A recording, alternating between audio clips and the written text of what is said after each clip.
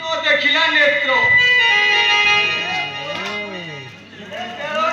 ହାଜର ସମୟ ଅସମୟ ନ ଜାଣି ଏ ପଡା ମୁଇ ମୁଣ୍ଡ ଭିତରେ କଣ ଢୁକୁଛି କୁଆଡେ ବାହାରି ପଡିଲ ମନ୍ଥରା? ପଲା ମୋର ଏ କି ଅବାଗିଆ କଥା ଜାଣୁଛ କିଏ ତୁମ ରାମକୁ କିଏ ତୁମର କୋଉ କଥାରେ ତୁମର ଲୋଭ ହବ ମୋର କହିଲ?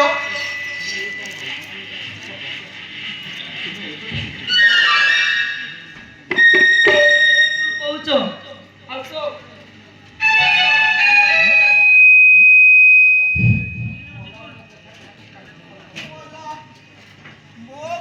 କାହିଁକି କାହାକୁ ଖରାପ ଲାଗିବ କିଏ ଜାଣେ? ମୁଁ କଣ କାହାର ଖାଇଛି ନା ଧରିଛି? ଏଇ ମୋର ସିରି ଶୋଇ ପାରୁନାହାନ୍ତି, ଇଆଡୁ ସିଆଡୁ ଖାଲି ଚୁଗଲେଇ ଯାଉଛନ୍ତି। ମୁଁ କାହା ମୁଣ୍ଡରେ ଗରମ ତେଲ ମାରିଛି କେଜାଣି? ହଉ ହେଲା, ଏବେ କଣ କହିବାର ଅଛି କୁହ, କିମ୍ବା କୋଉଥିରେ ତମ ହଇଲା ଅଭାବ?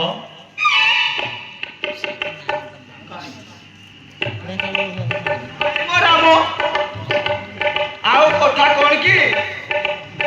ଭରତ ଶତ୍ରୁଘ୍ନ ଦୁଇ ଜଣ ମାମୁଁ ଘର ଚାଲିଗଲେ। ସେମାନେ ଚାଲିଗଲା ପରେ ମନଟା ଆମର ଭଲ ଲାଗିଲାନି, ଆଉ ତମ ଦୁଇ ଜଣଙ୍କୁ ଦେଖିବାକୁ ଚାଲି ଆସିଲି।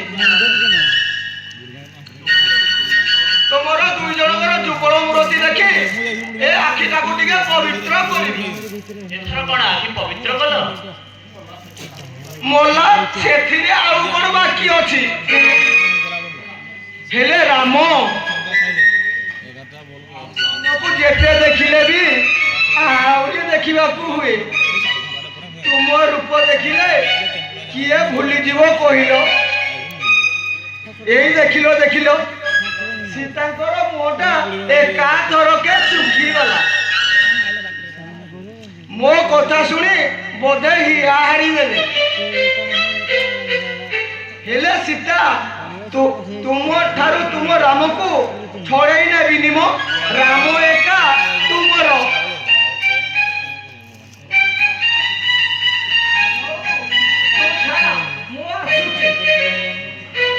ହଁ ଶୁଣ ମନ୍ଥରା, ତୁମର ଯେତେବେଳେ ଯାହା ଦରକାର ହେବ ସୀତାଙ୍କ ପାଖରୁ ଆସି ନେଇ ଯାଉଥିବ।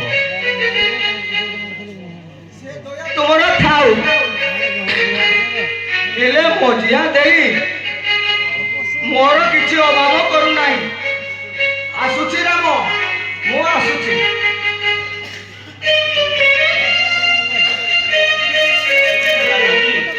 ମନ୍ଥରା କୁଆଡେ ମଝିଆ ମା ତାଙ୍କ ସାଙ୍ଗରେ ନେଇ ଆସିଛନ୍ତି।